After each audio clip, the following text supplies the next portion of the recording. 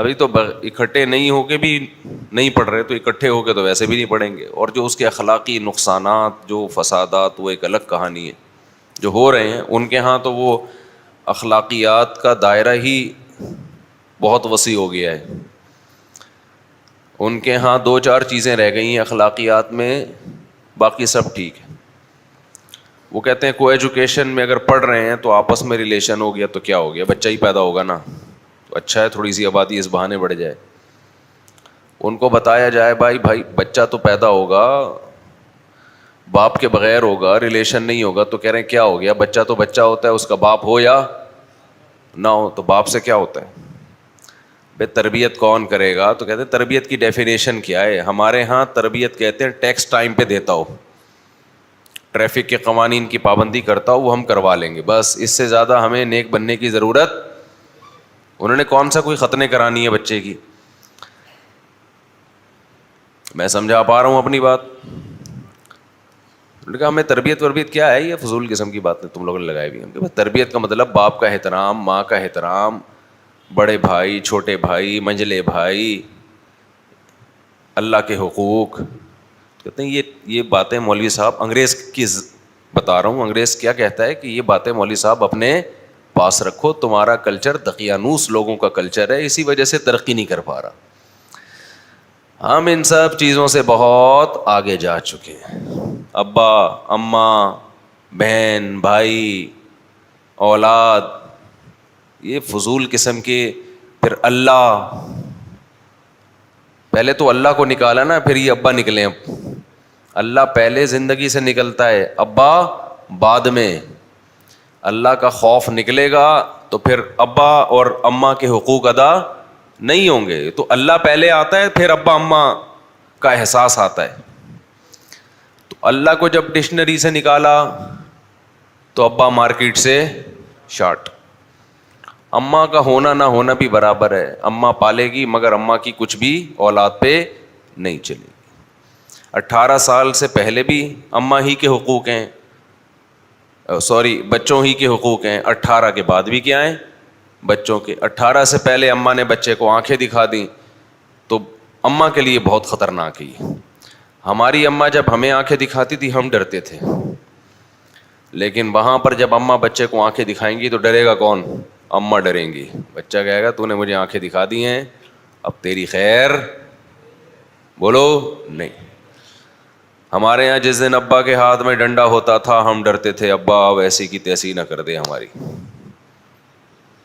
انگریزوں میں ابا کے ہاتھ میں ڈنڈا ہوگا تو ڈرے گا ابا، کیمرے سے تصویر کھنچ گئی ہے اب تیری ایسی کی تیسی. ابا جب اللہ کو نکالا نا سوسائٹی سے تو اس کے یہ سائیڈ افیکٹ میں بیان کر رہا ہوں، میں فضائل نہیں سنا رہا آپ کو. آپ کہیں یار بڑا زبردست. تو انگریزوں کے ہاں سیٹ اپ بالکل ایک الگ ٹائپ کا ہے. اخلاقیات کا جو ان کا دائرہ ہے وہ اتنا وسیع ہے کہ جو چیز ہمارے ہاں بد اخلاقی میں آتی ہے ان کے ہاں اخلاق میں آتی ہے. چرس، ہیروئن، شراب، سب فضول قسم کی. یہ ہمارے مسائل ہیں کہ چرسی ہے تو رشتہ نہ دو اس کو، شراب پیتے ہیں رشتہ نہ دو. انگریزوں کے ہاں جہاں رشتہ لینے کے لیے آتے ہیں تو وہ پیش کرتے ہیں ہونے والے داماد کو، کائنڈلی 2 گھونٹ آپ بھی اس میں سے. کس طرف چلا گیا میں، کہاں نکل گیا یار، میں بیان میں رمضان میں کرنے کے لیے بیٹھا تھا، کدھر چلا گیا. تو میں یہ آپ لوگ متاثر بہت ہو رہے ہیں نا اس کلچر سے.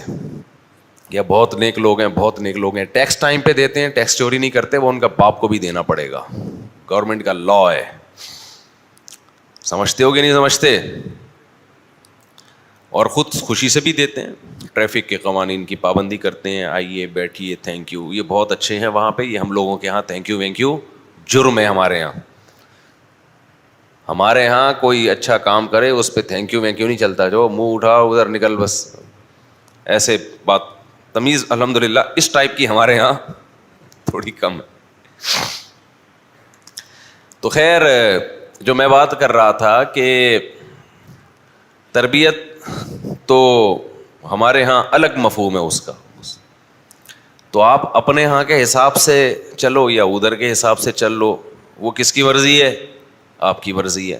لیکن اللہ کہتا ہے ان کے حساب سے چلو گے دنیا تو کہے گی ماشاء اللہ ویل ڈن، بہت ٹائٹ ہو گیا یار. اب یہ ہے ملک اور قوم کا ایک سمجھدار بچہ ہر ایک سے مسکرا کے بات کرتا ہے, ویل ڈن, ٹیکس ٹائم پہ دیتا ہے, دینا بھی چاہیے ٹیکس. لیکن اگر ان کے حساب سے تمیز سے چلو گے, اللہ والا, اللہ جس کو تمیز کہتا ہے اس کو اگنور کرو گے تو پھر اللہ قیامت کے دن تمہیں اگنور کرے گا. نسوا اللہ فانساہم انفسہم, اللہ کہتا ہے انہوں نے دنیا میں اللہ کو بھلا دیا تھا, آخرت میں اللہ ان کو بھلا دے گا. اللہ کہے گا جس کو باپ بنایا تھا نا تم نے گورے کو, جا کے اسی سے اپنا اجر لو. بہت اچھے لگتے تھے تمہیں, well done well done, thank you thank you, تو جاؤ پھر اسی کے پاس جاؤ. اگر چاہتے ہو کہ اللہ آپ کو آخرت میں نہ بھولے تو آپ کو دنیا میں اللہ کو بھولنے کی اجازت بولو نہیں ہے. اللہ کو یاد رکھنے کے لیے ضروری ہے کہ اللہ کے حقوق بھی پورے ہوں اور اللہ کی مخلوق کے حقوق بھی پورے ہوں. مخلوق کے حقوق ہیومن رائٹس اور ویمن رائٹس کے نام پہ نہیں, وہ حقوق جو کس نے بیان کیے ہیں, خدا نے بیان کیے. وہ یہ مبہم نعرے ہیومن رائٹس اور ویمن رائٹس کو نہیں مانتا. وہ کہتا ہے ہیومن باپ ہے تمہارا, ماں ہے, ان کے الگ رائٹس ہیں. سمجھتے ہو کہ نہیں سمجھتے؟ تمہارے دادا دادی نانا نانی ہیں, ہیومن میں سب سے پہلے یہ ہیں, ان کے الگ رائٹس ہیں. ان کے وہ نہیں ہیں جو پڑوسیوں کے ہیں, وہ نہیں ہے جو عام لوگوں کے ہیں. آپ اگر نفل نماز پڑھ رہے ہو, یہ پکاریں, آپ کو نماز توڑ کے ان کی پکار کا جواب دینا پڑے گا. سمجھتا ہے کہ نہیں سمجھتا؟ ابا نے آنکھیں دکھائیں تو ڈرنا آپ کو ہے, ابا کو بولو نہیں ڈرنا. ابا نے ڈنڈا اٹھایا تو ڈرنا کس کو ہے؟ بول لو نا یار, آپ کو ڈرنا ہے, ابا کو نہیں ڈرنا کہ میرے اوپر کیس نہ بن جائے. ابا ڈر رہا ہے تو ابھی تو ڈر رہا ہے, وہ آخرت میں آپ ڈرو گے اللہ کے عذاب سے. اماں آنکھیں دکھا رہی ہے, ناراض ہو رہی ہے, تو ٹینشن کس کو لینی ہے؟ آپ کو, کہ ماں ناراض ہو گئی میرا بنے گا کیا. سمجھتا ہے کہ نہیں سمجھتا؟ نہیں سمجھے تو اچھے بھی سمجھ جائیں گے, آگے آگے چل کے سمجھ جائیں گے. سمجھنے کا فائدہ نہیں ہوگا میرے بھائی. تو آپ کے جو ہیومن ہیں, جس کے حقوق ادا کرنے ہیں, اس میں ابا اماں کے بعد کون ہے؟ دادا دادی ابا اماں میں ہی آتے ہیں. اس کے بعد کون ہے؟ بھائی بہن. آج کل نا بوڑھوں کا لوگ گھروں میں مذاق اڑاتے ہیں, احترام نہیں ہے. پہلے زمانے میں دادا نانا پردادا پرنانا سب اس کے سامنے تمیز سے بیٹھے ہوتے تھے کہ بھئی جو فیصلہ ہے یہ کریں گے, یہ ہمارے خاندان کے بڑے ہیں, بھئی یہ اوکے کریں گے تو کام ہوگا. ابھی تو نوجوان نسل ایسی باغی ہو گئی ہے, میں ہوں, میں فیصلہ کروں گا. تو اللہ کے ہاں اللہ کے حقوق بھی ہیں, اللہ کے مخلوق کے حقوق بھی ہیں. تو اللہ کے مخلوق کے حقوق میں اللہ نے اس کی ڈیٹیل بیان کی ہے. بھائی بہن ہیں, خالہ چچا ماموں پہلے ہیں. سورہ نور کی کیسی زبردست آیت ہے, لیس علیکم جناح لیس علیکم جناح لیس علی الاعمى حرج ولا علی الاعرج حرج ولا علی المریض حرج ولا علی انفسکم ان تأکلوا من بیوتکم او بیوت آبائکم او بیوت امہاتکم او بیوت اخوانکم او بیوت اخواتکم او بیوت اعمامکم او بیوت عماتکم او بیوت اخوالکم او بیوت خالاتکم. پورے رشتے اللہ نے بیان کیے ہیں. صحابہ کو جب یہ حکم دیا گیا نا کہ کسی کا مال ناحق کھانا بہت بڑا جرم ہے, تو وہ ڈر گئے کہ ہم کسی رشتہ دار کے گھر جا کے بھی نہیں کھا سکتے, ایسا نہ ہو وہ راضی نہ ہو اور دو نوالے زیادہ کھا لیں. تو اللہ نے بیان کیا تم پر کوئی گناہ نہیں ہے کہ تم اپنے باپ دادا کے گھر میں کھاؤ جا کے کھانا, کوئی گناہ نہیں ہے. اپنی ماؤں کے گھروں میں, ماؤں سے مراد ماں دادی نانی, تم پر کوئی گناہ نہیں ہے کہ تم اپنے بھائیوں کے گھروں میں کھاؤ. تم پر کوئی گناہ نہیں ہے کہ تم اپنی بہنوں کے گھروں میں کھاؤ. تم پر کوئی گناہ نہیں ہے اپنے چچاؤں کے گھروں میں کھاؤ، تم پر کوئی گناہ نہیں ہے، اپنی پھوپھیوں کے گھروں میں کھاؤ، تم پر کوئی گناہ نہیں ہے، اپنے ماموؤں کے گھروں میں کھاؤ، تم پر کوئی گناہ نہیں ہے، اپنی خالاؤں کے گھروں میں کھاؤ. یہ سارے رشتے اللہ بالکل تفصیل سے بیان کر رہا ہے، کیونکہ ہم لوگوں کے ہاں یہ رشتے ہوتے ہیں. انگریز پڑھے گا بولے گا یار اتنی لمبی چوڑی ڈیٹیل کیا ضرورت ہے بتانے کی، جس سے جو تمہارا ریلیٹو ہے، اللہ یوں ہی بول دیتا سیدھا سیدھا، جو تمہارے ریلیٹو ہیں ان کے گھر جا کے کھا سکتے ہو، جو ریلیشن نہیں ہے تو مت کھاؤ. نہیں یاری میرا خیال بات سمجھ. انگریز کہے گا بھائی یہ آیت نازل ہوئی ہے اپنے باپ کے گھروں میں، اپنی ماؤں کے گھروں میں، اپنے بھائیوں کے گھروں میں، اپنے بہنوں کے گھروں میں، اپنے پھر وہ ابا کے بھائی کے گھر میں، پھر ابا کی بہن کے گھر میں، پھر اماں کے بھائی کے گھر میں، پھر اماں کی. کیا یہ تم لوگ چاند پہ نہیں پہنچ سکتے؟ تم لوگ ترقی نہیں کر سکتے.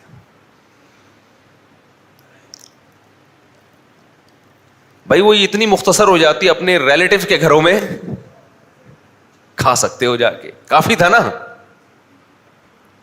اور یہ سارے جتنے بھی ابا کے خاندان کے رشتے ہیں، ابا کے بھائی کے گھر میں جس کو ام کہا جاتا ہے، ابا کی بہن کے گھر میں جس کو اماں کہا جاتا ہے عربی میں، اماں پھپھی، اور اماں کے بھائی جس کو خال کہا جاتا ہے، اخوال اس کی جمع، اور اماں کی بہن جس کو خالہ کہا جاتا ہے، خالات اس کی جمع.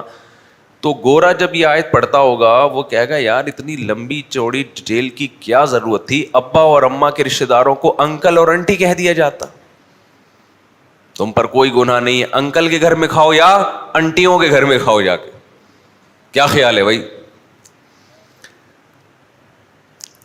اسلام کا مزاج سمجھانے کی کوشش کر رہا ہوں آپ کو. اسلام ان رشتوں کو مانتا ہے، یہ الگ الگ ایکسپلین کر رہا ہے ان کو کہ یہ بڑے قریبی رشتے ہیں، باپ دادا ماں دادی نانی یہ سارے امہات میں آ گئے. پھر قرآن ترتیب کیسی بیان کر رہا ہے. اللہ نے سب سے پہلے ابا کا ذکر کیا، پھر اماں کا ذکر کیا، حالانکہ حق کس کا زیادہ ہے؟ اماں کا. ذکر ابا کس کا کر رہا ہے؟ ذکر اللہ کس کا کر رہا ہے؟ ابا کا. کیوں؟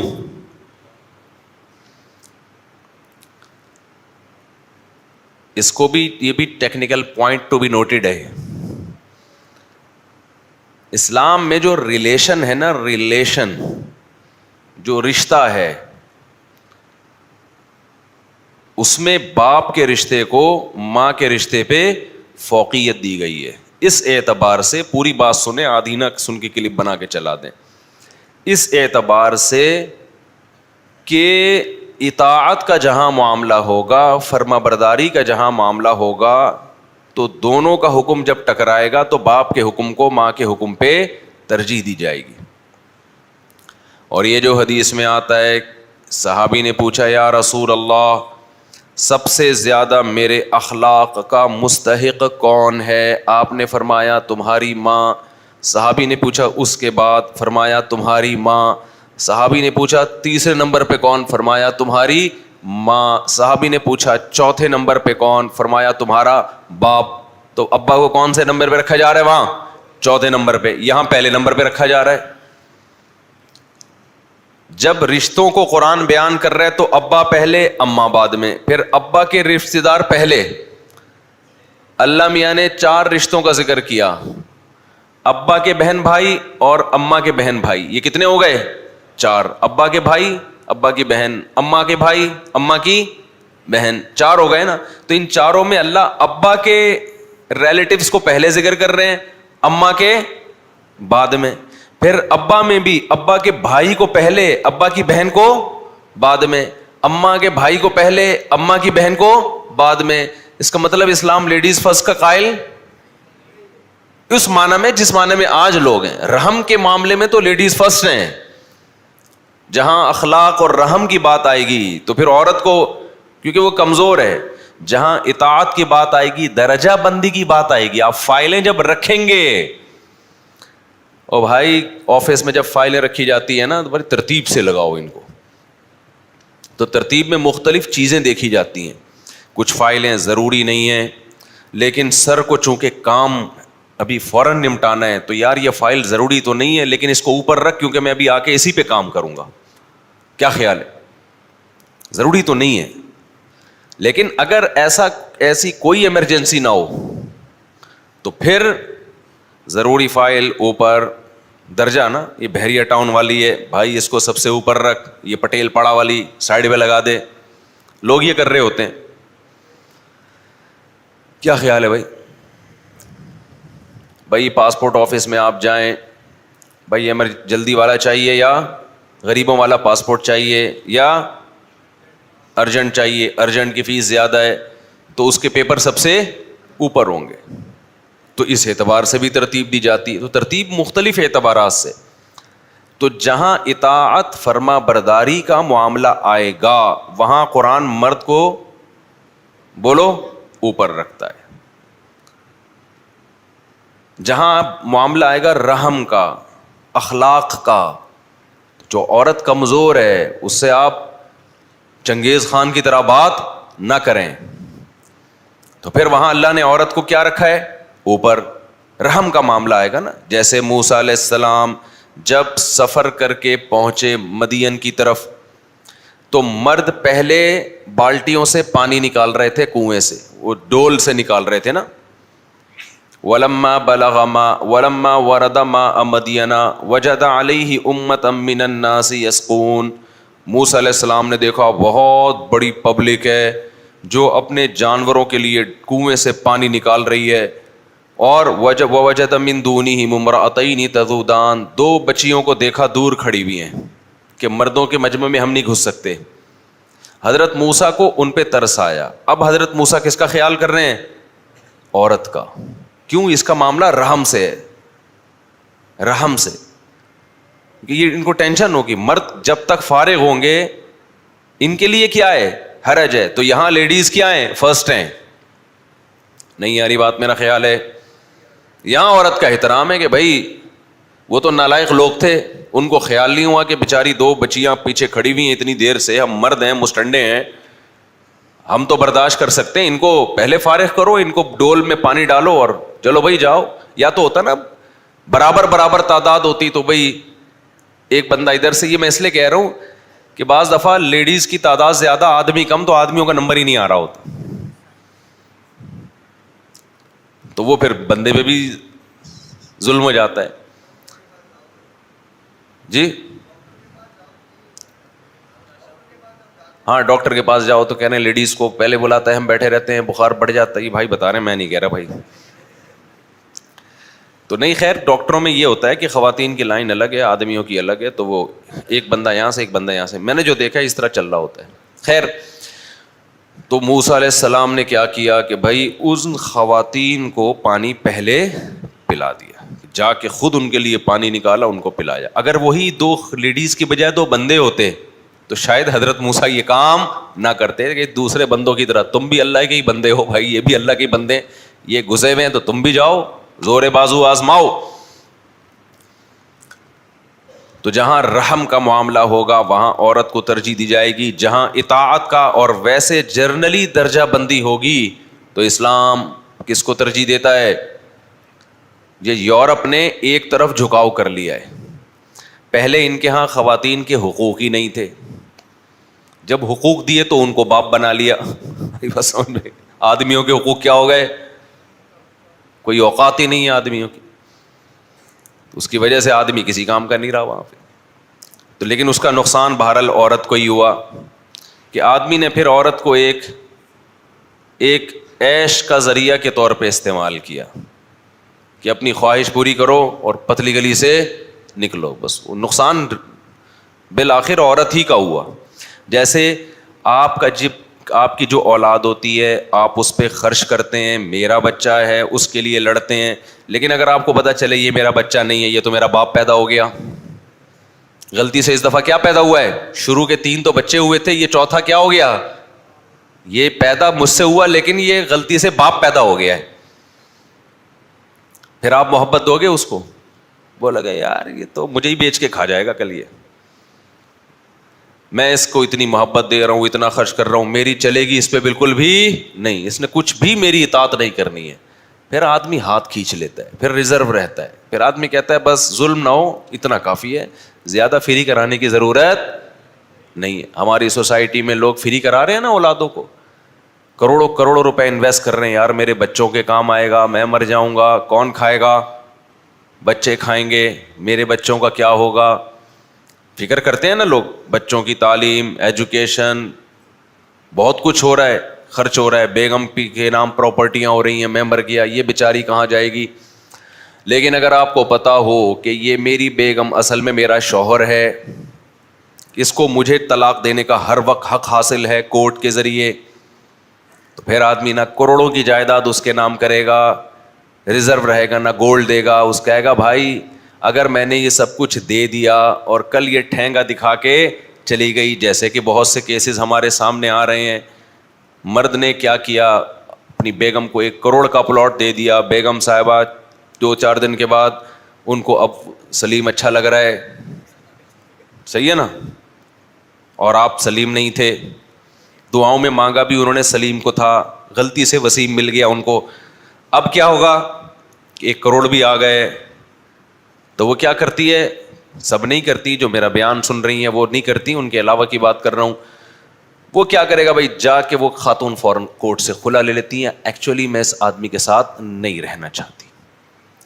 وکیل سے رابطہ کرتی ہے, 1 کروڑ میں چند ہزار وکیل کو دے دو جو ملیں آپ, اسی خلا بھی اسی پیسوں سے لے رہی ہے جو میاں نے دیے, سمجھ میں آ رہا ہے, کیس بھی انہی پیسوں سے ہو رہا ہے جو کس نے دیے, میاں نے دیے ہیں. تو میاں کیا کرتا ہے, میاں بیچارہ مکھنچو, اب کورٹ نے خلا دے دیا, دے دیتی ہے کورٹ خلا, اس کے لیے میاں کا مکھنچو ہونا ضروری نہیں ہے. جنرل مشرف نے اپنے لیے ایک عذاب تیار کیا ہے, یہ خاندانی نظام کو تباہ کرنے کے لیے, پوری نسل برباد کر کے چلے گئے جناب جنرل مشرف صاحب, ایسا قانون پاس کر دیا نا کہ بیڑا ہی غرق کر دیا, اور نہ اس کے خلاف کوئی آواز اٹھائی جا رہی ہے. دینی تحریکیں, دینی تنظیمیں بھی چپ بیٹھی ہوئی ہیں. اللہ تعالیٰ دینی تنظیموں کی مغفرت فرمائے بھائی. 2-4 نعرے ہیں جن پہ ووٹ ملتا ہے تو وہ لگا لیے جاتے ہیں, کیونکہ قوم کو ان مسائل سے کوئی دلچسپی نہیں ہے. قوم کے منجن 2-4 چیزیں ہیں, وہ منجن بکتا ہے, قوم میں 2-4 وہ باتیں کریں لوگ ایک دم کیا آ جاتے ہیں, جوش میں آ جاتے ہیں. کائنڈلی ابھی میں پھر اس طرف نہیں جاؤں گا. تو ہم یہ کہہ رہے تھے, اب آپ نے 1 کروڑ روپے دے دیے بیگم کو, کل بیگم کی نیت بدل گئی, کورٹ میں جائے گی, مجھے یہ بندہ پسند نہیں ہے. کیوں پسند نہیں ہے؟ بندہ کہہ رہا ہے میں نے کیا کچھ نہیں کیا بیگم کے لیے, میں نے یہ دیا, میں نے وہ دیا. کورٹ کہے گی مہر واپس لے, ٹھیک ہے نا, 25,000 جو مہر رکھا تھا نا, 25,000 ہی چل رہا ہے آج کل. وہ کہہ رہا ہے وہ تو 5 سال پہلے 25 کی, تو جج صاحب اب کیا اوقات رہ گئی ہے, وہ لے پتلی گلی سے نکل. 25,000 آپ کو واپس ملیں گے, اور اس 25,000 لے کے آپ کی بیگم کسی اور کو مل جائے گی. وہ 1 کروڑ کا پلاٹ بھی گیا اور بچے بھی گئے. جو آپ نے میرا بیان سن کے 2 بچے پیدا ہو گئے تھے, آپ کہیں گے کاش میں مفتی صاحب کا بیان نہ سنتا, یہ 2 کمبخت بھی پیدا نہ ہوتے,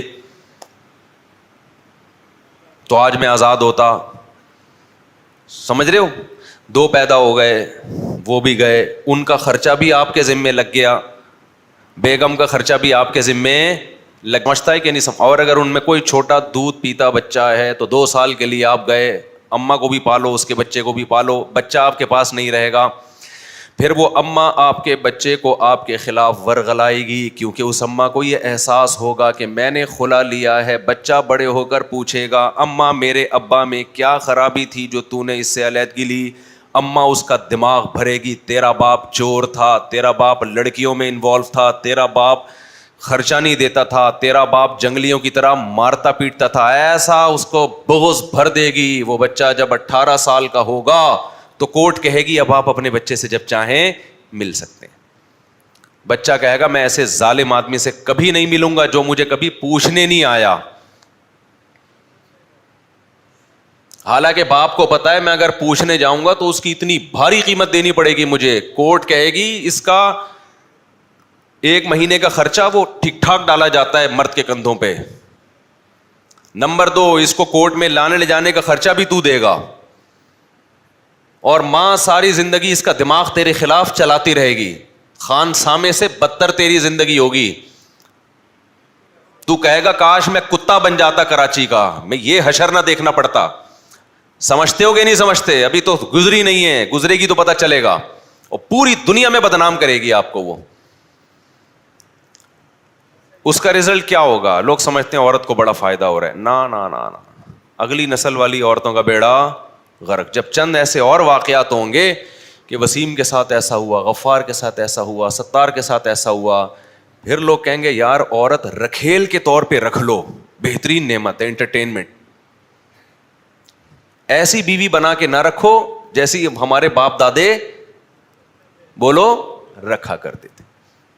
ایسے نہ کرو, رکھیل کے طور پہ ٹھیک ہے, اپنی خواہش پوری کرو, جائیدادیں نام کر دینا, اس کے لیے زندگی یعنی شاور کر دینا, یہ کام نہیں. بچے بھی روکو, کیونکہ بچوں کی ضرورت عورت کو جتنی ہے مرد کو اتنی نہیں ہے, ضرورت تو اس کو زیادہ ہے.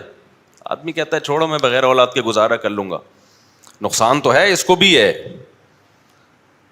لیکن بڑھاپے میں عورت کو جتنی بچوں کی ضرورت ہے آپ کو نہیں ہے, تو یہ سارا سیٹ اپ برباد ہوگا. پھر وہی ہوگا کہ گرل فرینڈ سیٹ ہے یا خفیہ نکاح ٹھیک ہے. لوگ خفیہ بھی نکاح اسی وجہ سے کر رہے ہیں کہ یار کل پتہ نہیں کیا مصیبت بن جائے ہمارے لیے. اسلام نے کتنا اچھا بتایا کہ عورت آئے گی اپنی مرضی سے, جا اپنی مرضی سے نہیں سکتی. طلاق کا حق مرد کے پاس ہے, اس کی وجہ سے مرد کو یہ احساس ہوتا ہے یہ میری ہے. یہ کس کی ہے؟ میری. جو اپنی چیز ہوتی ہے اس پہ انسان خرچ کرتا ہے, بے پناہ محبت کرتا ہے اس سے. چند واقعات ظلم کے ہوتے ہیں میں مانتا ہوں, لیکن ان چند کی وجہ سے پورا قانون نہیں چینج ہو سکتا. کیا آپ سسٹم ہی چینج کر دو پورا کہ جی وہ فلاں نے اپنی بیوی پہ اتنا ظلم کر رہا ہے, فلاں اتنا ظلم کر رہا ہے, تو عورتوں کو بھی اختیار دے دیا جائے طلاق کا. بھائی چند لوگ کر رہے ہیں نا, پوری قوم تھوڑی کر رہی ہے. آپ اختیار ساری قوم کو دے رہے ہو, بیڑا غرق ہو جائے گا یہ تو. اور کتنی خواتین ہیں جو خلا لے لیتی ہیں اس کے بعد پچھتاتی ہیں ہوا کیا میرے ساتھ. مرد کہتا ہے دفع ہو یہاں سے. تو سارا سیٹ اپ کیا ہو رہا ہے؟ جب خدا نے قانون بنایا ہے, مرد میں برداشت زیادہ ہے, وہ اتنی آرام سے نہیں دیتا طلاق, اس میں قوت ہے. اللہ نے برداشت تبھی تو نہیں دے رہے نا, زیادہ تر تو نہیں دے رہے الحمدللہ. کیسے کیسے جھگڑے ہوتے ہیں, نہیں دیتے. آپ وہ کیسز دیکھتے ہو جو جن میں ڈیورس ہو رہی ہے, جو جن میں نہیں ہو رہی ان کی تعداد ہونے والے سے بہت زیادہ ہے.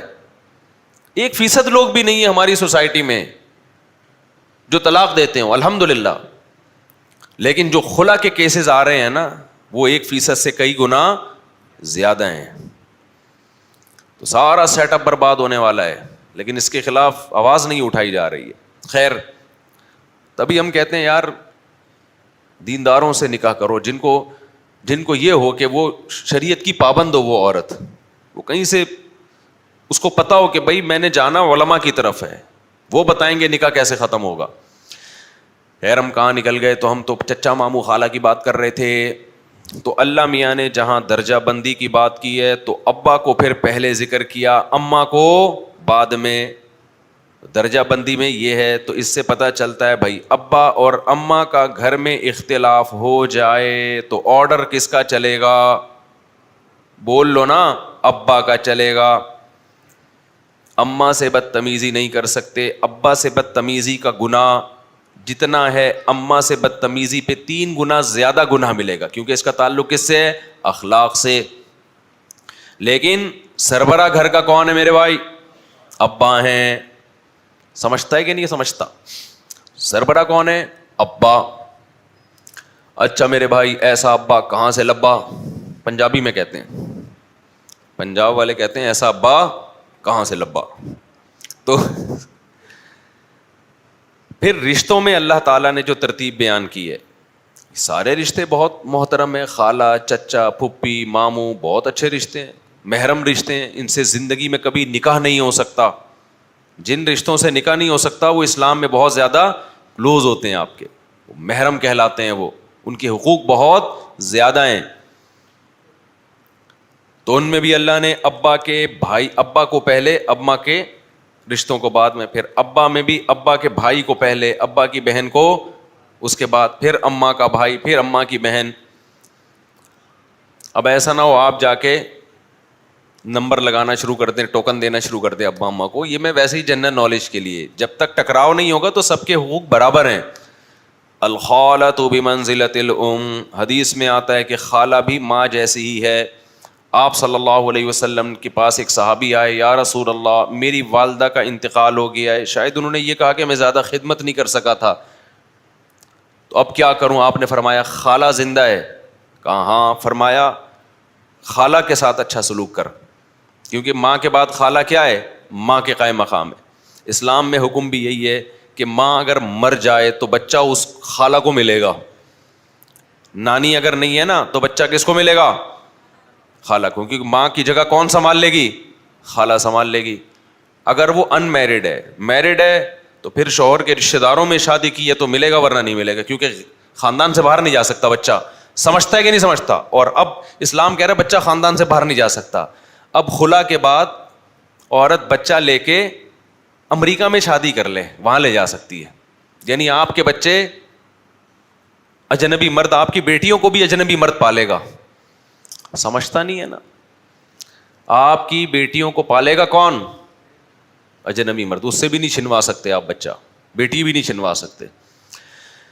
تو میرے بھائی لوگ خودکشیاں کر رہے ہیں, ڈپریشن میں جا رہے ہیں, جن کے ساتھ یہ حالات ہوئے ہیں کوئی آواز اٹھانے والا نہیں ہے. اسمبلیوں میں سب مہنگائی مہنگائی, وہ بھی ایک ہمارا بہت بڑا مسئلہ ہے. میں نہیں کہہ رہا کہ مہنگائی مسئلہ نہیں ہے, وہ غیرت پہلے مسئلہ ہے, ٹھیک ہے نا, غیرت کے سودے ہو رہے ہیں. تو بھائی ہم کیا بات کر رہے تھے, تو بات پتہ نہیں کہاں سے شروع ہوئی.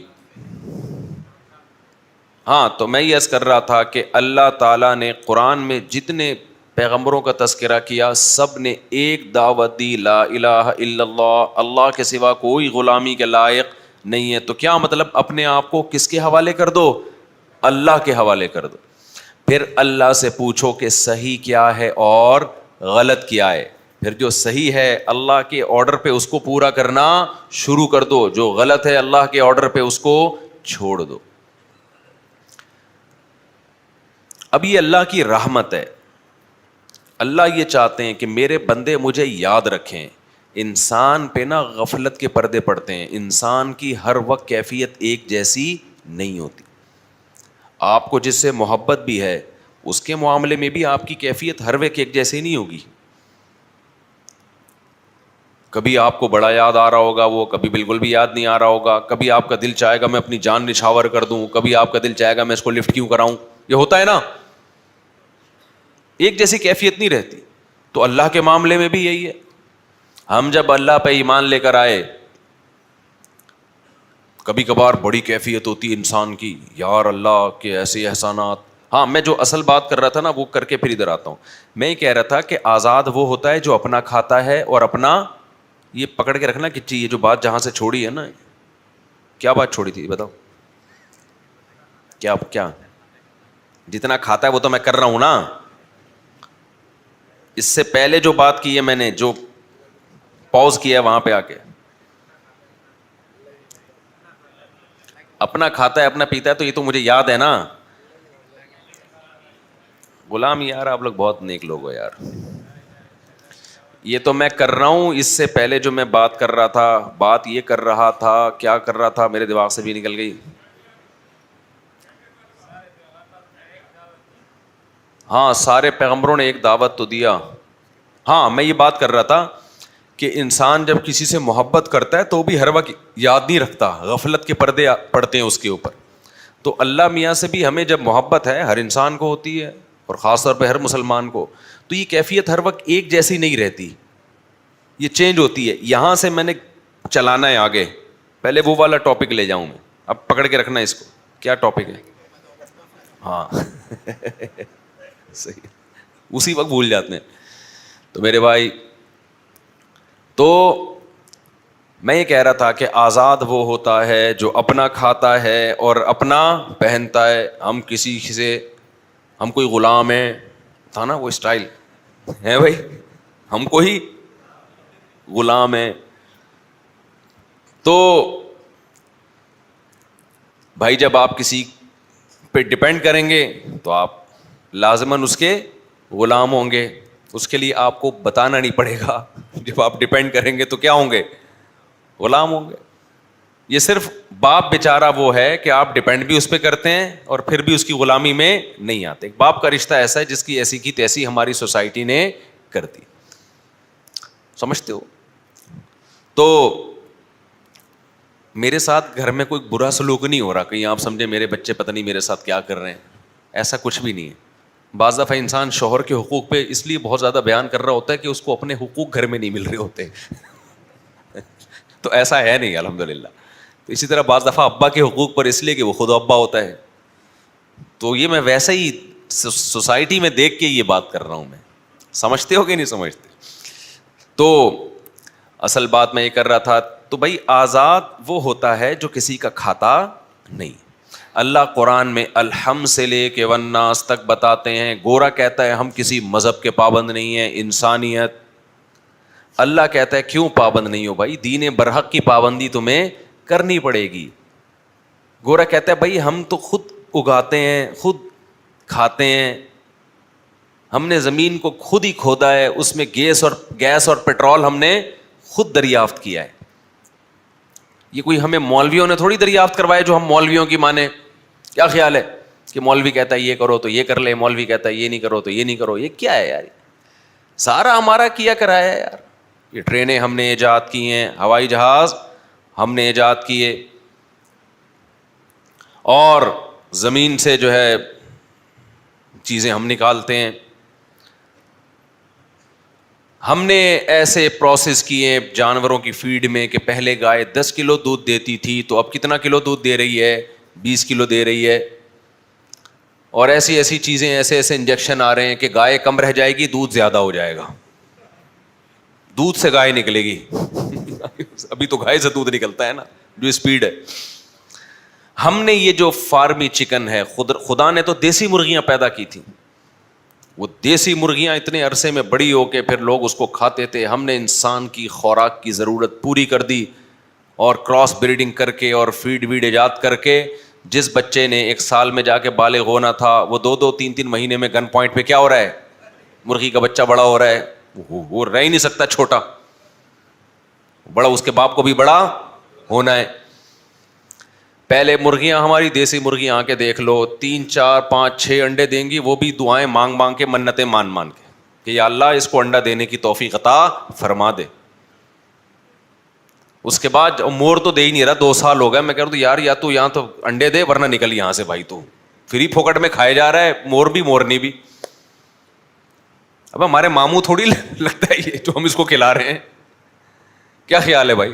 انڈے دے بھائی، تو جس سے میں نے خریدے تھے اس سے میں رابطہ کر رہا ہوں یار. 1 سال ہو گیا، تم نے کہا تھا بالغ ہونے والا ہے، یہ مور بھی مورنی بھی، سال ہو گیا بھائی.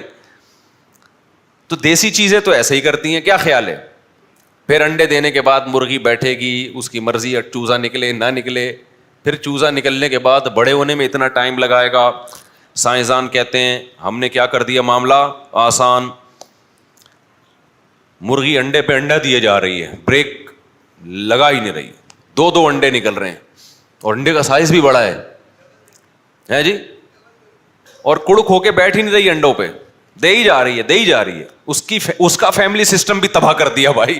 اپنا تو کیا ہے. کیا خیال ہے؟ نیچرل ماحول میں جو مرغی پلتی تھی 21 دن انڈوں پہ بیٹھتی تھی، ایسی انڈوں کی حفاظت کرتی تھی. اس کو یہ اللہ نے احساس دلا دیا کہ یہ تیرے بچے بنیں گے. پھر وہ بچے 12-13 چوزے نکلتے تھے. مرغی کے جناب سینہ تان کے چلنا. اب کسی کے باپ میں دم میں تو قریب آئے. اب تو مرغا پٹتا ہے اس سے، ان بچوں کی وجہ سے مرغا پٹتا ہے اس سے. چیل کووں سے لڑ رہی ہے، ایسا کانفیڈنس. جہاں جہاں جا رہی ہے چوزے اس کے پیچھے پیچھے. بڑا خوبصورت منظر ہوتا ہے وہ. پال لو ہمارے مشورے پہ، مزہ نہ آئے پیسے واپس. یہ نکلو پب جی جیسے فضول بکواسات سے.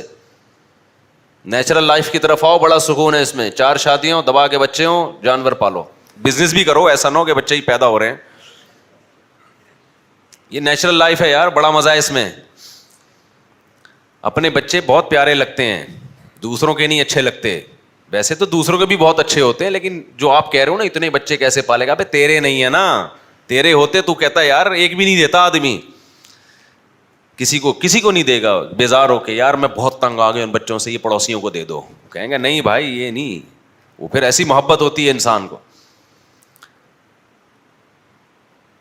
لوگ کہتے ہیں نا بچے نماز میں، آج میں دعا مانگ رہا تھا صبح کو سحری کے وقت میں، تو وہ چھوٹی بچی بالکل بولنا بھی نہیں آتا، اتنی شرارتیں کر رہی تھی, قابو میں نہیں آ رہی تھی وہ. تو میں جب دعا مانگنے لگا تو بچے جو بڑے کرتے ہیں, بچے بھی وہی, وہ پہلے گئی ہے ایسے, وہ بھی کھڑی ہو گئی ایسے خوش. میں نے کہا اس کو تو بولنا نہیں آتا, پتہ نہیں کیا خوشو سے. پھر جا کے دوپٹہ لے کے آئی ہے, ایسے ایسے لپیٹا ہے اس نے دوپٹہ, جا کے پھر کھڑی ہو گئی. تو مجھے یہ منظر بچوں کا بڑا اچھا لگتا ہے. لوگ کہتے ہیں بچے نماز میں آگے گھوم رہے ہیں, ڈسٹرب ہو رہے ہیں. بھائی بچے نماز میں آگے پیچھے گھومیں, سر پہ بیٹھیں, پشت پہ آ کے بیٹھیں, اس سے اللہ کی محبت بڑھتی ہے. اس سے نماز میں میرا تو یہی حال ہے کہ خشوع و خضوع کم نہیں ہوتا بلکہ بڑھتا ہے. اللہ نے بچے کے چہرے پہ جو لکیریں رکھی ہیں وہ الگ ڈیزائن کی ہوتی ہیں. وہ ایسی لکیریں کہ ماں باپ کو اس کی طرف بہت زیادہ کھچاؤ پیدا ہو. اس کو کہتے ہیں چائلڈ اسکیما. بچوں کے چہرے پہ نا ایک خاص قسم کی لکیریں ہوتی ہیں جس سے ان پہ ترس بھی بہت آتا ہے اور ان پہ پیار بھی بہت آتا ہے. وہ لکیریں بڑوں کے چہرے پہ نہیں ہوتی. تو میں سوچ رہا تھا کہ یہ کائنات خود بخود بنی ہوتی تو بچے کو چونکہ محبت چاہیے نا, وہ کمزور ہے, وہ نہیں پل سکتا جب تک ایسی محبت نہ ملے. تو خدا نے اس کے چہرے پہ لکیریں ایسی ڈال دی ہیں, وہ ڈیزائن ایسا بنا دیا کہ اس کی طرف دل مائل ہو. یہ خدا نے پیدا کیا. اگر یہ آٹومیٹیکلی ہوتے, خود بخود ہو رہا ہوتا. فطرت اتنی ذہین تھوڑی تھی کہ بچے کی شکل کیسی بنانی ہے, اس پہ لکیریں کیسی لے کر آنی ہے. نیچر نے خود تھوڑی کر سکتی ہے یہ. تو اس سے خشوع و خضوع کم نہیں ہوتا, کیا ہوتا ہے, بڑھتا ہے. ہاں مسجد میں نہ لایا کریں کیونکہ آپ کا خشوع و خضوع بڑھے گا, محلے والوں کا نہیں بڑھتا اس سے. جو شرارتی بچے ہوتے ہیں نا ان کی بات کر رہا ہوں. آپ کو تو اچھے لگ رہے ہیں نا, پڑوسیوں کو آپ کے نہیں اچھے لگ رہے وہ ڈسٹرب ہو رہے ہیں اس سے. تو خیر جلدی سے بات کو سمیٹتا ہوں. تو گورا کہتا ہے بھائی ہم نے مرغی کا انڈا ہم نے ایجاد کیا, مرغی ہم نے ایجاد کی, اور دیکھو کتنی اسپیڈ سے کیا کر رہی ہے, انڈا ہی انڈا, دودھ بھی پیدا ہو رہا ہے, انڈے بھی پیدا ہو رہے ہیں, تو ہم کر رہے ہیں, تو ہم اپنا کھاتے ہیں. تو اللہ قرآن میں جگہ جگہ بیان کرتا ہے ما کان لکم ان تنبتوا شجرہا, یہ جو بیج جن سے تم درخت اگاتے ہو, نہ ان بیجوں کو تم نے پیدا کیا, نہ ان درختوں کو تم اپنے ہاتھ سے اگاتے ہو. تم تو زمین میں ڈال دیتے ہو, اس کو کہہ رہے ہو کہ میں نے اگایا ہے. اگایا کس نے ہے؟ زمین کا کام ہے, مٹی کا کام ہے, ہر چیز کو کھا کے ختم کر دینا. پورا انسان مٹی میں ڈالیں, تھوڑے دنوں میں فنش. کیا قدرت ہے اس کی, ایک بیج آپ زمین میں ڈالتے ہو, ختم ہونے کے بجائے الٹا پروسیس شروع ہو جاتا ہے, جان آنا شروع ہو جاتی ہے اس میں. فالق الحب والنوا, دانے اور گھٹلی کو پھاڑ ڈالتا ہے وہ. زمین کا سینہ پھاڑ کر ایسی چھوٹی سی کونپل نکلتی ہے, پھر کیسے اسپیڈ سے اوپر جانا شروع ہوتی ہے. ساری کائنات اس کی خدمت کر رہی ہے. سورج اس کو روشنی دے رہا ہے, ہوائیں اس کو اس کی گروتھ کا ذریعہ بن رہی ہیں, اور ٹیمپریچر اس کو گرو کر رہا ہے. پھر کروڑوں اربوں بیکٹیریا ہیں جو اس کی کھاد اور وہ کھا کھا کے نائٹروجن پیدا کر کے اس کی خوراک کا ذریعہ بن رہے ہیں. ایک مخلوق نہیں ہے جو خدمت کر رہی ہے, 20 مخلوق اس کی خدمت کر رہی ہیں. یہ جو ناریل پیدا ہوتا ہے نا, سمندر کی ہوا چاہیے, یہ سمندر کی ہوا کس کی خدمت کر رہی ہے؟ ناریل کے درخت کی خدمت کر رہی ہے. آپ یہی ماحول کہیں ساحل سمندر سے دور لے جا کے آپ کریں, ناریل نہیں اگے گا. ہر چیز کیا کر رہی ہے؟ خدمت. اس کے بعد جا کے پھر جب اس میں پھول نکلتے ہیں, پھر تتلیاں اور مکھیاں خدمت کر رہی ہوتی ہیں, ان پھولوں پہ بیٹھ کے نر مادہ پھولوں کو ملا رہی ہوتی ہیں. ان کو نہیں پتا ہوتا ہم کیا کر رہے ہیں. سورج کو تھوڑی پتا ہے کہ میری روشنی سے انسان کیا کیا فائدے اٹھا رہا ہے. تو اتنی ساری مخلوق خدمت کرتی ہے. اس کے بعد جا کے گندم تیار, جو تیار, سوکھا چارہ تیار. یہ ساری چیزیں تیار ہونے کے بعد پھر کچھ ہم ڈائریکٹ کھا جاتے ہیں, کچھ جانوروں کو کھلاتے ہیں. جانور کو نہیں پتا ہوتا میں یہ کھاؤں گا, یا بھینس کو نہیں پتا کہ میں یہ سوکھا چارہ کھاؤں گی تو 18 کلو دودھ نکالوں گی. اس کو کیا, وہ تو کھانے کو فوکس کر رہی ہے, اس کو کیا پتا. اس کو پتا ہوتا تو بھینس تھوڑی ہوتی وہ. آج کل انسانوں کو نہیں پتا یہ باتیں, تو وہ کھاتی ہے. پھر اس سے سوکھے چارے سے ہمارا رب کیا کرتا ہے, کیسا دودھ اس کے تھنوں میں اتارتا ہے. یہ انگریز پیدا نہیں کر رہا. انگریز صرف یہ کر رہا ہے کہ جو دودھ 2 گھنٹے بعد اترنا تھا, ٹیکا لگا کے 2 گھنٹے پہلے اتار لیا اس. پھر ہم اس دودھ کو پیتے ہیں. تو ماں کان لکم انتم بتو شجرہ, اللہ کہہ رہے ہیں تمہارا کچھ بھی نہیں ہے. سورج میں نے بنایا جس سے تمہیں ہڈیاں مضبوط ہو رہی ہیں تمہاری, آسمان سے بارشیں میں برسا رہا ہوں, زمین سے تناور درخت میں پیدا کر رہا ہوں, لہلہاتی ہوئی کھیتیاں میں پیدا کر رہا ہوں. دو قسم کے لوگ ہیں, ایک وہ جنہوں نے کہا کہ کوئی نہیں پیدا کر رہا, خود بخود ہو رہا ہے, وہ بھی گمراہ ہیں. ایک وہ جنہوں نے کہا کہ سورج خدمت کر رہا ہے, سورج کو سجدہ کرو. کسی نے دیکھا چاند خدمت کر رہا ہے, چاند کو سجدہ کرو. کسی نے دیکھا کہ بھئی یہ درخت ہمارے لیے بڑا قیمتی ہے, یہ درخت ہماری خدمت کر رہا ہے, درخت کو سجدہ کرو. یہاں تک بھی لوگ آئے, انہوں نے کہا میری سب سے زیادہ خدمت روٹی نے کی ہے, روٹی مجھے نہ ملتی میں زندہ نہ رہتا, تو سجدہ کس کو ہوگا؟ روٹی کو ہوگا. میں نے خود ایسے کمنٹس پڑھے ہیں کہ سب سے بڑا خدا تو روٹی ہے, جس کے بغیر ہم زندہ نہیں رہ سکتے. وہ کس کو سجدہ کر رہے ہیں؟ روٹی کو سجدہ کر رہے ہیں. یہ دونوں گمراہ ہیں کہ جو کسی کو سجدہ نہیں کر رہے وہ ناشکرے, جو سب کو سجدہ کر رہے ہیں وہ بھی ناشکرے. قرآن کے الفاظ کیسے خوبصورت, لا تسجدوا للشمس ولا للقمر, نہ سورج کو سجدہ کرو نہ چاند کو سجدہ کرو. واسجدوا للہ الذی خلقہن ان کنتم ایاہ تعبدون, اس ذات کو سجدہ کرو جس نے سورج اور چاند کو بنایا ہے. سجدہ واجب ہو گیا, بعد میں کر لیے گا. تو اس ذات کو سجدہ کرو جس نے اس مخلوق کو, کوئی اور ہے جو یہ سب کچھ کر رہا ہے. سورج کی قدر تو یورپ میں جا کے ہوتی ہے جب سردیوں میں, اس دفعہ میں سردیوں میں چلا گیا یورپ نا, تو لوگ کہہ رہے تھے کہ اس وقت لوگ یہاں سے بھاگ رہے ہوتے ہیں, آپ آ رہے ہو یہاں پہ. لا تسجدوا للشمس, اللہ کہتے ہیں نہ سورج کو سجدہ کرو. انگریز نے کہا کسی کو سجدہ نہیں کروں گا, یہ بھی ظلم کیا خدا کے ساتھ, اپنی ذات کے ساتھ. اور مشرک نے کہا ہر ایک کو سجدہ کروں گا. سورج کو سجدہ کرتے ہیں نا بہت سے لوگ, آگ کو سجدہ کرتے ہیں کہ آگ ہمارے بڑے کام کی چیز ہے. اللہ کہتے ہیں یہ ساری مخلوق انسان کی غلام ہے, اور اس کو غلامی میں لگانے والا کون ہے؟ اللہ ہے. تو سجدہ غلاموں کو تھوڑی کیا جاتا ہے, خادموں کو تھوڑی کیا جاتا ہے. سورج تو تمہارا غلام ہے, سورج تمہیں سجدہ کرے گا, چاند تمہیں سجدہ کرے گا, جانور تمہیں سجدہ کریں گے. اللہ نے فرشتوں کو حکم دیا نا آدم کو سجدہ کرو, اس لیے کہ فرشتے سب سے اونچی مخلوق ہیں. تو یہ سائن تھا کہ جب اتنی بڑی مخلوق انسان کو سجدہ کر رہی ہے تو باقی مخلوق بھی انسان کی غلام بن کے رہے گی. سمجھتا نہیں ہے نا بات کو. اور انسان وہ آزاد ہے, وہ کس کا غلام ہے؟ بولو نا, وہ اللہ کا غلام ہے بھائی. تو اگر اللہ کی غلامی سے نکل گئے تو اللہ نہیں چھوڑے گا پھر. تو یہ جو رمضان کے روزے ہیں, اب میں اس ٹاپک کی طرف آتا ہوں کہ اللہ تعالیٰ چاہتے ہیں, اللہ کو انسان کی نیچر پتہ ہے کہ انسان پہ غفلت کے پردے آتے ہیں, وہ بھول جاتا ہے. جب یہ باتیں سنتا ہے اس کو پتہ چلتا ہے میرا خالق کون ہے, اللہ ہے, مجھے پیدا اس نے کیا, کھلاتا وہ ہے. تھوڑے دنوں میں پھر جب ٹی وی کے سامنے جا کے بیٹھتا ہے یا بیوی کے سامنے جا کے بیٹھتا ہے تو پھر اللہ کو بھول جاتا ہے, سسرال یاد آتا ہے پھر اس کو. پھر کہتا ہے مجھے کھلاتا تو سسرال ہے. جو بغیرت قسم کے داماد ہیں ان کی بات کر رہا ہوں, آپ لوگوں کے علاوہ کی. کھلاتا تو سسرال ہے, یہ ڈبل بیڈ مجھے کس نے دیا, جہیز تو وہیں سے آیا ہوتا ہے نا سارا, یہ سسرال نے دیا. یہ الماری کس نے دی, سسرال نے دی. یہ گاڑی کس نے دی, سسرال نے دی. جو میں اصل بات عرض کر رہا تھا, تو انسان پہ چونکہ غفلت کے پردے آتے ہیں, انسان بھولتا ہے, تو اللہ پھر انسان کو اپنی یاد تازہ کرانے کے لیے نا پورے سال میں اللہ نے مختلف احکام رکھے ہیں کہ مسلمان کو اللہ یاد رہے.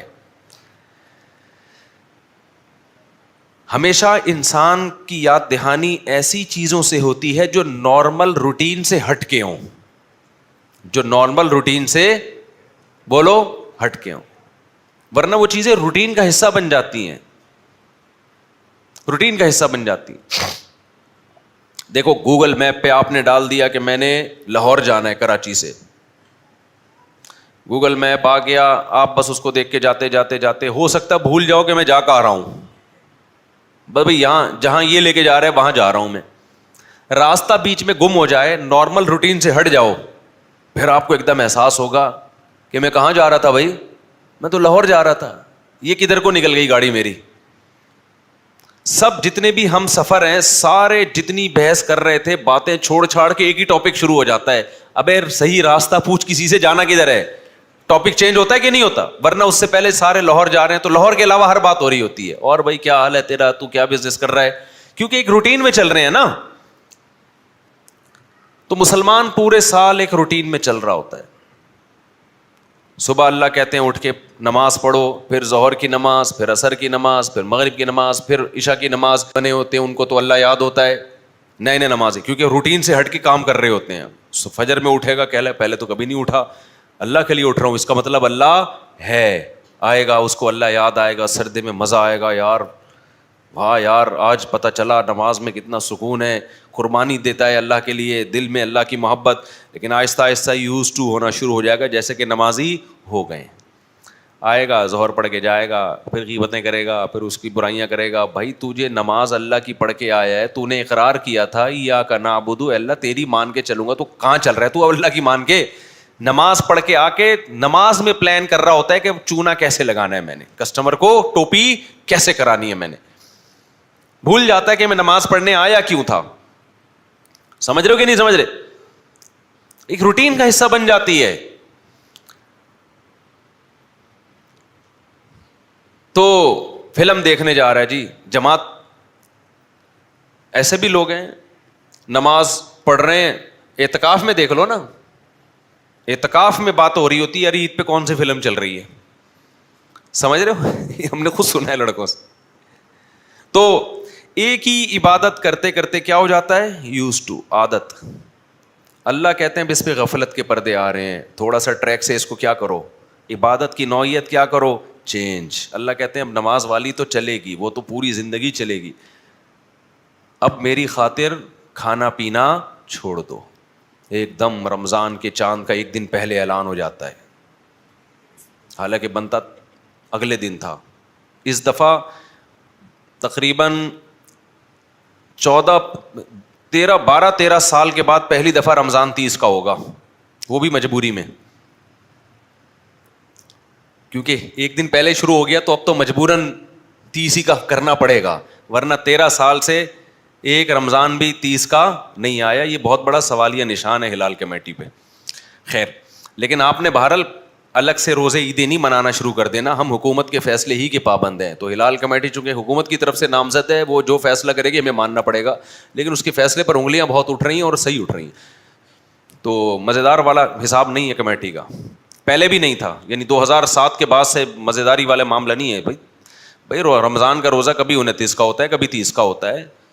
میں 2007 سے نوٹ کر رہا ہوں, 29 29 29 29 29 29 29 29 29 29 29 13 سے ضرب دے دیں آپ اس کو, اب جا کے اس سال 30 کا ہوگا, وہ بھی کیونکہ اب تو ہو نہیں سکتا 29 کا نا, کیونکہ وہ پھر 28 کا خطرہ ہے کہ 28 کا نہ ہو جائے. اب یہ زیادہ گہرائی میں نہیں جائیں, بہرحال آپ ہلال کمیٹی کے ہی پابند ہیں. ایسا نہ ہو کہ عید والے دن روزہ رکھا ہوا ہو یا نفلی کی نیت, کیا ایسا کچھ نہیں ہے. فیصلہ صحیح ہو غلط ہو, ہم کس کے پابند ہیں؟ گورنمنٹ کے پابند ہیں. اور اس کی بہت ساری وجوہات ہیں, وہ بھی میں نہیں جاؤں. جہاں بھی ایسے اختلافی مسائل ہوتے ہیں نا, تو شریعت پھر حکومت کو یہ اتھارٹی دیتی ہے. تو ہلال کمیٹی والوں کو چاہیے کہ بھائی اپنے کچھ صحیح کام کرو, بہت زیادہ مسائل کھڑے ہو رہے ہیں. اگر آپ نے اتحاد کرنا ہے کہ ہم سعودیہ کے حساب سے چلیں, تو پھر کمیٹی ختم کر دو, پھر آپ بولو جو سعودیہ کہے گا وہی ہوگا. اور اگر یہاں کے حساب سے چلنا ہے, سعودیہ کے حساب سے نہیں چل رہے, تو پھر یہاں انڈیا, پاکستان, بنگلہ دیش یہ ایک ہی خطہ ہے.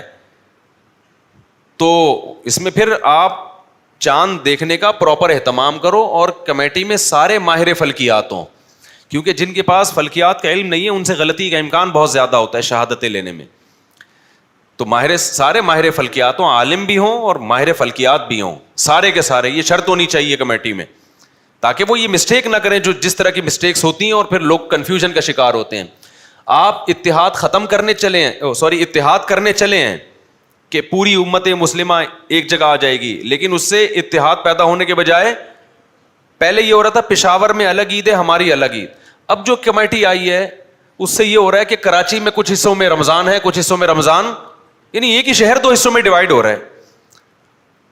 تو یہ تو اتحاد کے بجائے اور مزید اختلاف پیدا ہو گیا. تو یا تو یہ ہو جائے بھائی کہ بھائی جو سعودیہ کے حساب سے چلیں گے ہم, کمیٹی ختم, اور اگر کمیٹی کا حساب ہے جو کہ زیادہ بہتر ہے کہ رویت پر مدار ہو, تو اس میں پھر پراپر وے میں ہو اور فلکیات کے ماہرین سارے ماہرین فلکیات ہوں, اور پھر اس میں جوڑ کی بات نہ کی جائے کہ سب نے ایک دن عید کرنی ہے, پھر جو رویت ہے وہی ہوگا.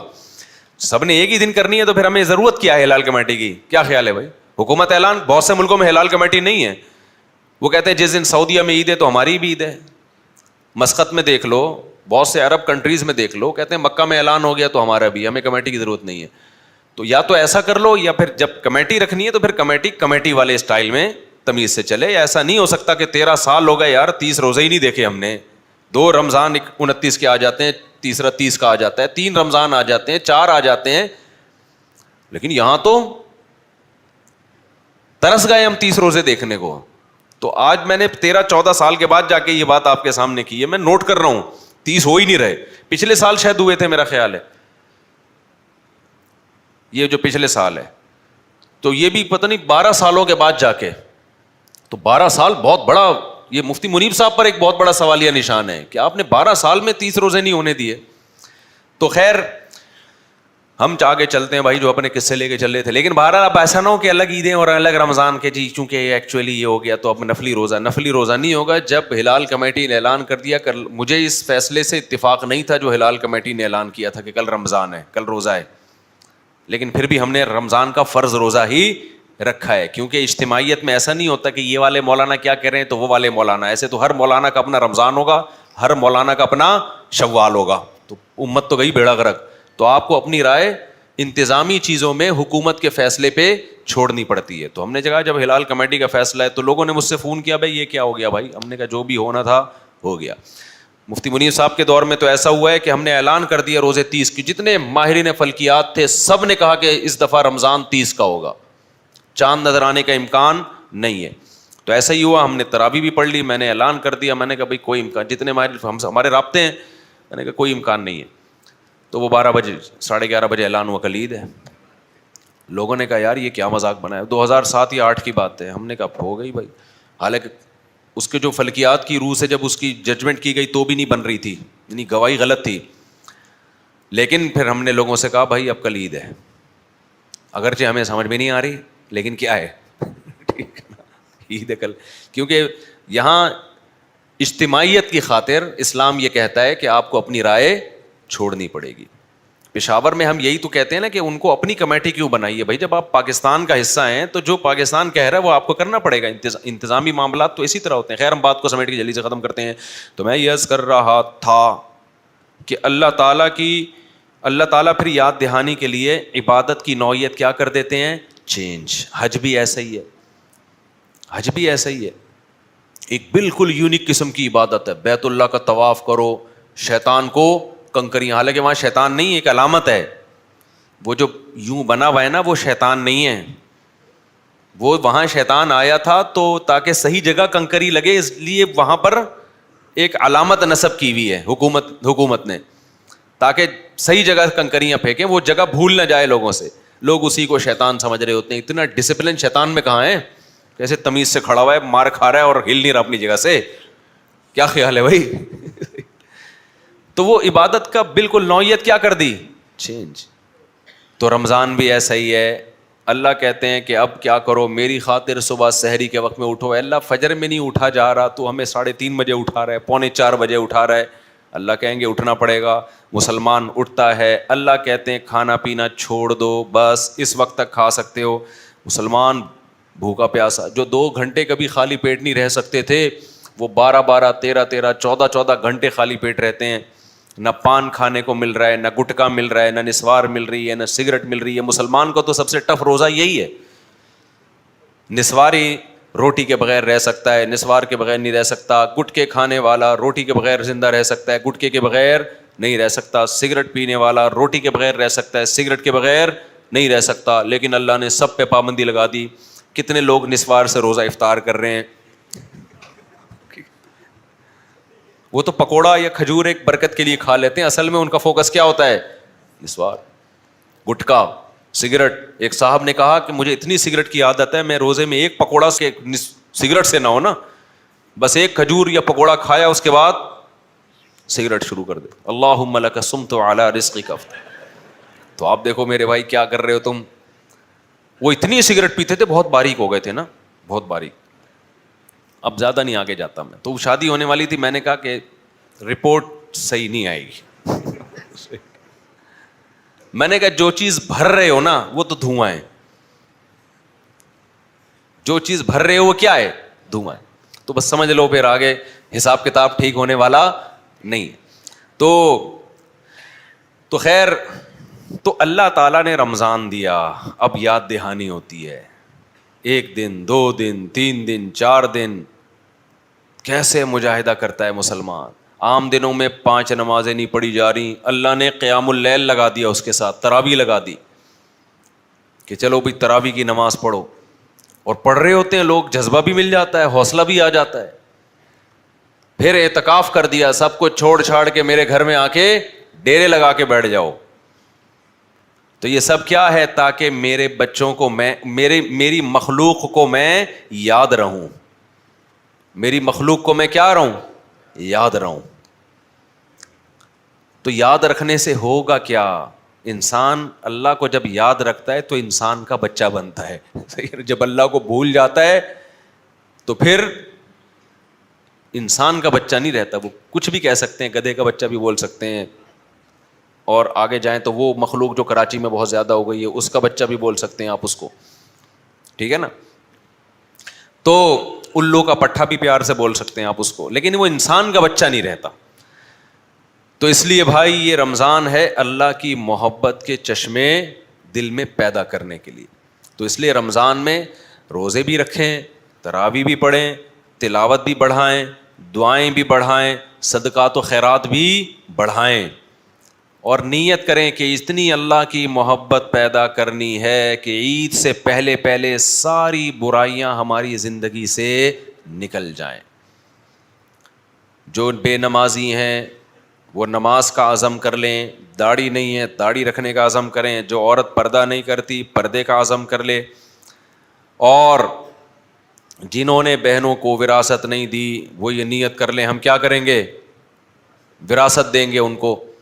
کسی کا حق دبایا ہوا ہے, قرضہ لے کے پی گئے, قرضہ واپس کریں گے. کتنا ہلکا پھلکا انسان اچھا ہوتا ہے یار, کہ میرے ذمے کسی کا کچھ لینا دینا نہیں ہے, مروں گا تو کسی کا حساب نہیں ہے میرے سے. پتہ نہیں کیسے لاکھوں کروڑوں کے حساب لے کے قبر میں جاؤ گے بھائی, کتنی ٹینشن ہے یار. لیکن لوگوں نے لی ہوئی ہے ٹینشن. ہمارے نبی تو جنازہ نہیں پڑھاتے تھے, کہ جب دیکھتے تھے اس پہ قرضہ ادا نہیں کیا تو اس کا پہلے قرضہ ہوتا ہوتا تو پھر جنازہ پڑھاتے تھے. اتنا بڑا جرم ہے یہ. آپ نے فرمایا شہید کا ہر گناہ معاف ہے, قرضہ معاف, بولو وہ شہید کا نہیں اللہ معاف کرتے. تو اپنے ذمے کسی کا کوئی پیسہ مت رکھو, اور یہ جب ہوگا جب قناعت, جتنی روکی سوکھی مل رہی ہے اس پہ خوش ہو جاؤ. دیکھو انسان کی, بس آخری بات, انسان کی باڈی میں نا خوراک کی کمی سے جو مسائل کھڑے ہوتے ہیں نا, ہوتے ہیں یقیناً, لیکن اس میں اللہ نے غریبوں میں الگ قسم کے سافٹ ویئر ڈالے ہوئے ہیں باڈی میں, مالداروں میں الگ قسم کے ڈالے ہوئے ہیں. مالدار آدمی جس کے پاس سیب کھانے کے پیسے ہیں نہیں کھائے گا, آئرن کی کمی ہوگی اس میں. مالدار جس کے پاس گوشت کھانے کے پیسے ہیں گوشت نہیں کھائے گا, پروٹین باڈی میں کم, ماس کم ہونا شروع ہو جائے گا اس کا. سمجھتے ہو کہ نہیں سمجھتے؟ مالدار آدمی جو کوکنگ آئل کھائے گا نا, عام کوکنگ آئل, اس سے دل کے مسائل پیدا ہوں گے, کیونکہ اگر اس کے پاس وسائل ہیں وہ پھر بھی ان وسائل کو, وہ چینی کھائے گا مرے گا کیونکہ وہ شہد کھا سکتا ہے. سمجھتے ہو کہ نہیں سمجھتے؟ وہ اور اس طرح کی چیزیں کھائے گا, فارمی مرغیاں کھائے گا, شاید نقصان ہو اس کو. لیکن غریبوں میں اللہ نے الگ ٹائپ کے سافٹ ویئر بولو ڈالے ہوئے ہوتے ہیں. ڈاکٹر کہتے ہیں نا پروٹین کے لیے آپ جب چاہتے ہو جس میں گوشت پیدا ہو, فیٹ کم ہو, تو پروٹین والی غذائیں کھائیں, انڈے کھائیں, گوشت کھائیں. غریب کہتا ہے تیرا باپ کھائے گا اس مہنگائی میں, کہاں سے کھاؤں. ایک غریب نے مجھے کہا کہ یار مفتی صاحب ڈاکٹر لوگ کہتے ہیں کہ گوشت کھائے بغیر جسم میں گوشت نہیں چڑھتا. تو میں نے کہا غریبوں کے لیے وہ والا پیکیج ہے جو اللہ نے بھینسوں کو دیا ہے. بھینس سوکھی گھاس کھاتی ہے, اتنا گوشت کہ وہ یہاں سے وہاں لے جانے میں آپ کا اپنا گوشت آدھا ہو جاتا ہے. بھینس کو لے کے جاؤ نا یہاں سے, بھینس کوئی پروٹین والی کوئی ایک چیز کھاتی ہے, بولو نا. بھینس تو ویجیٹیرین ہے, وہ بچپن سے ہی چارہ کھا کھا کے اتنا اس کے اندر گوشت پیدا ہوتا ہے, اتنا گوشت. پھر ڈاکٹر کہتا ہے یہ گوشت کھاؤ گے تو تمہارے اندر گوشت آئے گا. او بھائی وہ جب گھاس کھا کے اس کے اندر گوشت آ سکتا ہے تو غریب کو بھی اللہ روٹی کے ذریعے گوشت پیدا. تو اس لیے ٹینشن ڈاکٹروں کی باتوں میں آ گئے نا, ٹینشن نہ لیا کرو. لوگوں نے ڈاکٹروں کے نیچے ڈاکٹر صاحب میں تو نہیں کھا سکتا, ایکچولی ڈاکٹر پھر اس کو بڑے ٹیکنیکل قسم کے وہ طریقے بتا رہے ہوتے ہیں, تم یہ کرو, وہ کہہ رہا ہے یہ تو اس سے زیادہ مشکل ہے. تو بھائی تمہارے پاس پیسے نہیں ہیں تو جس چیز کے پیسے ہیں وہ کھا لو. اللہ کیا کرے گا, پاپوں سے طاقت پیدا کرے گا تمہارے اندر. سمجھتے ہو؟ دیکھ لو ان مزدوروں کو یار, ان کی خوراک میں کیا ڈاکٹر کہتے ہیں روز ایک امرود وٹامن سی کی کمی کو پورا کرتا ہے, صبح لازمی لیمن لازمی. غریبوں کو تو ہم نے دیکھا ہے ایک روٹی کھا رہے ہیں, پانی پی رہے ہیں, کدال چلا رہے ہیں, اور ایسے پاورفل. آپ ان کا ٹیسٹ کراؤ, ہر چیز زیادہ ہی نکلے گی. ڈاکٹر کہے گا تو تھوڑا سا کیلشیم پڑوسیوں کو ادھار دے دے, یہی کہے گا نا, تیرے اندر آئرن کیلشیم بہت زیادہ ہو گیا, تو پڑوسیوں میں بانٹنا, زکات نکال اس کیلشیم کی تو. تو اس لیے ڈاکٹر کے بھی اپنی لحاظ سے وہ بات صحیح کر رہا ہوتا ہے, لیکن توکل بھی میرے بھائی کوئی چیز ہوتی ہے. تو ٹینشن نہیں لو, جب جتنے ہیں اس کے حساب سے کھا لو. ہاں زیادہ دیا ہے نا, پھر مالداروں کے لیے اللہ کے اصول الگ ہے. پھر تو چینی کھائے گا مرے گا, پھر تو اللہ کہے گا تیرے پاس جب پیسے ہیں, دیسی گھی کھانے کے پیسے ہیں, تو کوکنگ آئل ڈالڈا مالڈا یہ چیزوں کو کیوں کھا رہا ہے؟ تو تب جو زیتون کھا سکتا ہے تو یہ کیوں کھا رہا ہے؟ تو کنجوس ہے تو. کنجوسوں کے لیے الگ قسم کے سافٹ ویئر پھر اللہ نے کنجوسوں میں ڈالے ہوئے ہوتے ہیں. وہ ذرا سی بات پر وہ فروٹ نہیں کھائیں گے, مریں گے وہ. تو اس لیے میرے بھائی جب اللہ نے دیا ہے تو ٹھیک ہے, نہیں دیا تو پھر اسی میں گزارا کرو.